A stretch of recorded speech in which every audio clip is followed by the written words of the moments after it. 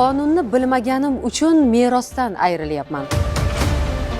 Mazasi yo'q holingizdan. Men aytdim, nimaga telefon qilmadingiz? Men sizni tanimayman deyapti. Qarasam, shartnoma. Sotib olgan уже kvartirani sotib oldingizmi birontasiga? Yo'q, bilmayman deyapti. Biror bir o'sha yuridik masala yuzasidan muloqotga kirishayaptimi, uni albatta tekshirib ko'rsin. Huquqiy madaniyat shakllangan davlat shundanki nafaqat huquqlar, balki hamma o'zini majburiyatlarini ham bilgan. Chunki konstitutsiyani o'qimaymiz, konstitutsiyani bilmaymiz. Huquqiy savodxonlik darajasini past deb bahololmayman, chunki aholimiz murojaat huquqlarini qachon qayerda foydalanishni biladi. O'zingizni huquqingizni bilmaganingiz uchun shu ahvolga tushdingiz desak, bu juda ham adolatsizlik bo'ladi.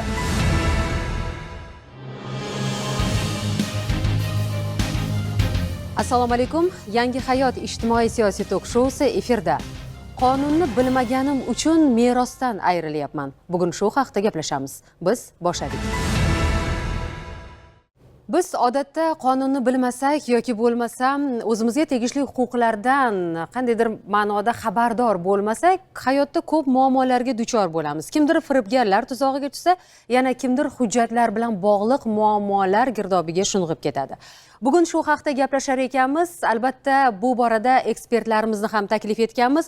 Umuman qonunni bilmasdan yaxshi farovon yashash mumkinmi? Umuman bugun oldingi zamonda yoki bo'lmasam kelajakda. Mana shu savolga keling. Birinchi navbatda ham jurnalist, qolaversa adliya sohasida faoliyat olib borib kelayotgan Sevara opaga murojaat qilamiz. Assalomu alaykum. Qisqa qilib sizga savol beraman. Qonunni bilmasdan farovon yaxshi yashash mumkinmi?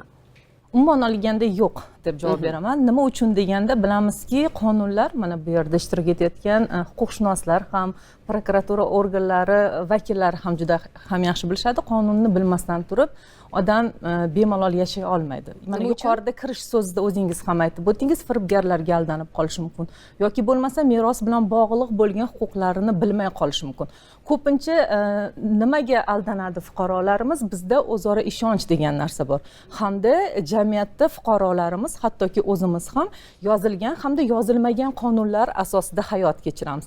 Masalan, yozilmagan qonunlarga nima kiradi? Yozilmagan qonunlarga ko'p hollarda, masalan, yurish-turish qoidalarimiz yoki bo'lmasam odob axloq bilan bog'liq bo'lgan masalalar, bularning hammasi yozilmagan qonunlarda masalan aks etgan bo'ladi.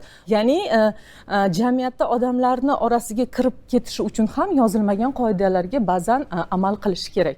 Masalan, yozilgan qoidalar bu hammamizga ma'lum bo'lgan, ya'ni qonunlar kiradi.